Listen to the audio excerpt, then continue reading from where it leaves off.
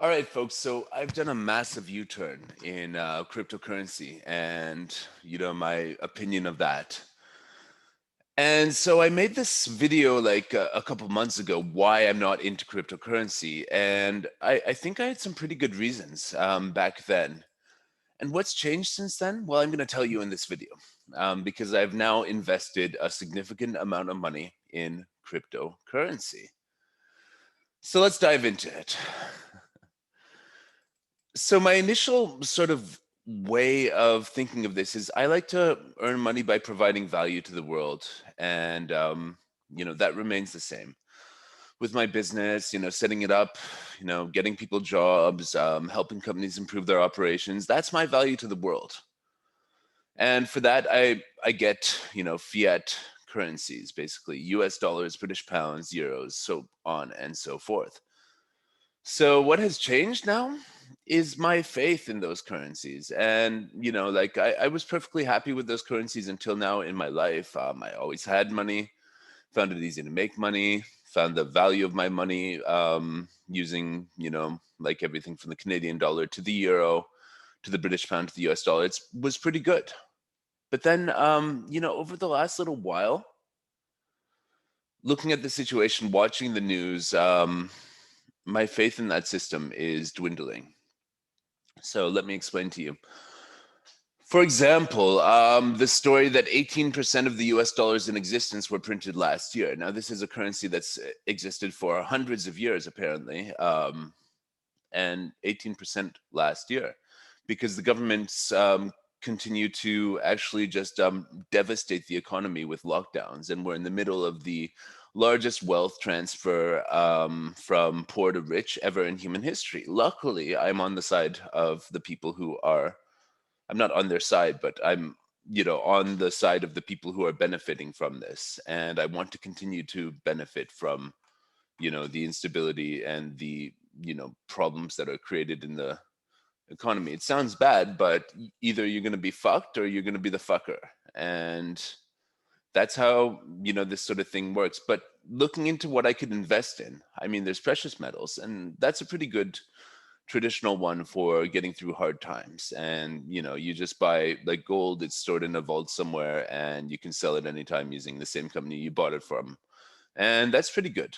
But you don't really have control over your own stuff, in that case. And so, I mean, I did a little bit of that, but then all my friends were talking about cryptocurrency. Not all my friends, but a lot of them were talking about cryptocurrency, and basically like how this is the way that you should preserve your wealth, that it's on the rise. And then I looked into it more, and well, it's easy to find lots of cryptocurrency scams, and people people like trying to get you into the refer a friend scheme of some cryptocurrency pyramid scheme. And you hear about that, and that sort of taints the entire industry. But then when you look deeper in the industry and find the people who are sincerely looking for ways to change the ways that human beings transact financially, then you find a lot of genuine people. So the genuine people, basically, like, I went to a conference of online of genuine people who were talking about this, and there was nothing scammy about it. It's like, um, basically, like, yeah, there was a little bit of people excited about their passive income and, getting money for essentially just investing in this thing. But more of the focus was on this financial system, and this sort of time of history when this financial system is showing its cracks. The printing of the US dollar and other fiat currencies, and the sort of banksters who have basically, in 2008 we bailed them out, but this time it might not be so easy, and the system's rigged for their benefit. Basically, the government and financial system and all of the business systems and banking system are rigged for their benefit. And we need a system that's more fair, and that's what some cryptocurrencies are. Um, you know, Bitcoin got a little bit of that, but privacy focused Monero is another one that I would say is the one that epitomizes, where things could go, you know, and that's what I'm investing in now. Monero is my coin of choice. And I would recommend that if you're interested in getting money out of the financial system, put it in there. So, yeah, you can't really pay for things in life with cryptocurrency at this point. It's still like that. It's difficult to buy things. But going back to the way the system is rigged, look at the Wall Street bets thing that came out over the last month, and this is something that really showed me how fragile the system is, first of all, and how rigged it is against ordinary folks. So ordinary folk came in and they started manipulating the markets as best they could as ordinary folk. Rather than billionaires who can just manipulate it like en masse, they actually found, the billionaires trying to manipulate the market and cash in off the decline of GameStop, and they basically put a wedge in that machine, and it was very interesting to watch. But the overall feeling was kind of like, ugh, that's how easy it is to disrupt the system. And then the people coming in and telling Robinhood to stop trading those stocks, like that's how easy it is for these people to like manipulate like the fairness of the system. That's how rigged it is. Yeah.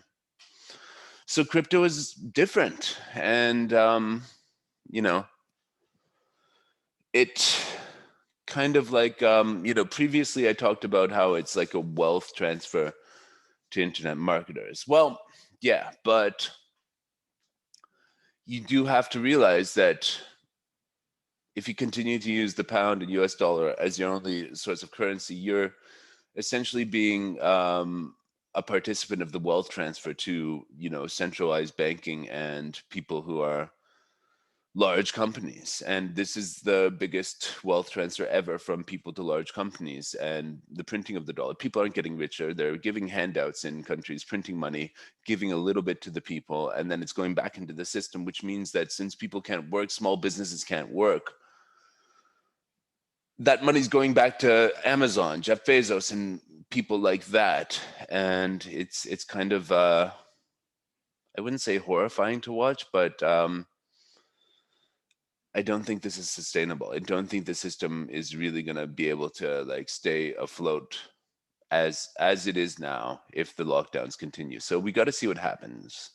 And it's become obvious that the quote unquote elite, whoever is ultra rich and has, a say in financial policy and government policy and lockdowns like that, they don't, and the politicians that, we vote in, they have proven through this pandemic that they do not have the best interests of the people in mind. They're too influenced by large companies and policies and pharmaceutical food companies, all this stuff that are only getting richer through these lockdowns. And the numbers do not justify the lockdowns. And basically, yeah, that's my opinion. And living in a country like Serbia where they're not doing lockdowns and the numbers are the same, I'm seeing that. So the current system requires that you basically just continue to be a participant in the economy that's rigged against you. Whereas crypto is allowing you to put money somewhere else and have savings there. Now it's still very volatile. I only put in enough money, the amount of money that I'm not afraid to lose there. And, that's really important. Like if I lost everything right now, I'd be like, yeah, well, it was worth a shot. But instead, what I'm seeing is the Monero coin over the last few days going up considerably. When I started on Monday, no, I started on Saturday, at which point it was $153. Now it's 211 at this current moment. So that's interesting. And a big thing on Monday was Elon Musk, basically announced that he'd invested in crypto, and that shot it up to 48,000 Bitcoin. Yeah, Bitcoin went to 48,000, where it still kind of is 47,000. So I think as more people look into it, they're going to go into Monero. And that's why I'm betting on that one. So, yeah. The other thing to note is it's still really hard to get into this thing. I mean, last weekend I was sitting here with like every single card that I have in my name, trying to get one of them to go through for a successful transaction. But all credit cards have blocked crypto transactions because it is high risk, and I do understand that very well. And then, yeah, finally on Saturday, I managed to go to a Bitcoin ATM here in Belgrade at the Idea London store and feed in about 28,000 dinars, which is $280, and bought my first Litecoin, which I converted to Monero using the Exodus wallet. And basically, it felt good. Then on Monday, I continued to attempt to get money in there. Oh, yeah.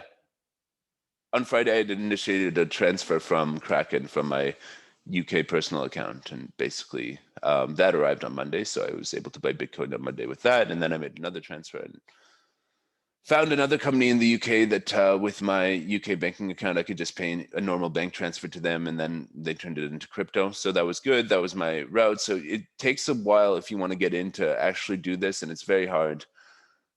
I don't blame the banks for blocking the transactions because, well, it is actually like the money can disappear really quickly if it's a fraudulent transaction, and they're liable for that fraud if it happens. So what does this all mean? Yeah, what does this all mean? It means it's hard to get in. It's still hard to get in. And thus, when, now that big companies are embracing this, some of them are going to make it easier to get in. And then once it's easier to get in, people are going to invest more. And then whatever coins I have now that I bought when it's still hard to get in, will go up. And if I'd gotten into crypto 5 years ago, well, that would be interesting. But I didn't come to the point in the journey of starting my own business and being an entrepreneur and having savings until this year, that I really wanted to entertain investment and put my mental bandwidth towards that. Because before that, I was putting all my energy into running my company, and it was a dark few years of stress. I didn't need more stress from volatile investments, but now I can handle it because what I put in, I can lose, and my life won't change. But my life will change if the financial system collapses and this stuff is still, has value. So long story short, massive U-turn on my part, and these are the reasons why. The economy is not looking good. The politicians have shown that they have no incentive to stop lockdowns and stop devastating people's financial health. And it's time to find other things to invest in that it's not tied to this, currency that could devalue very quickly because they're printing way too much of it. So, yeah. So my plan is actually to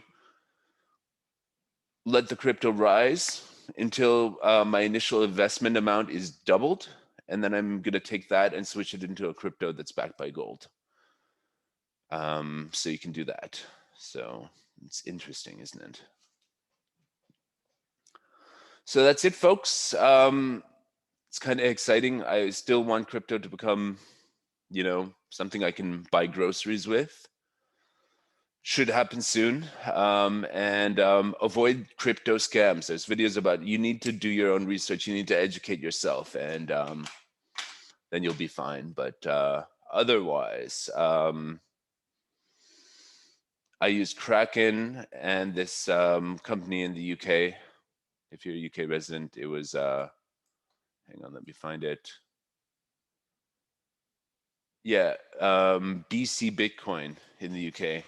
Kraken and BC Bitcoin were the ones that succeeded in getting money into the crypto system, Exodus wallet, and then you can buy Bitcoin or Litecoin and then get it in your Exodus wallet, and from there you can convert it to Monero. So that's how it pretty much works for me.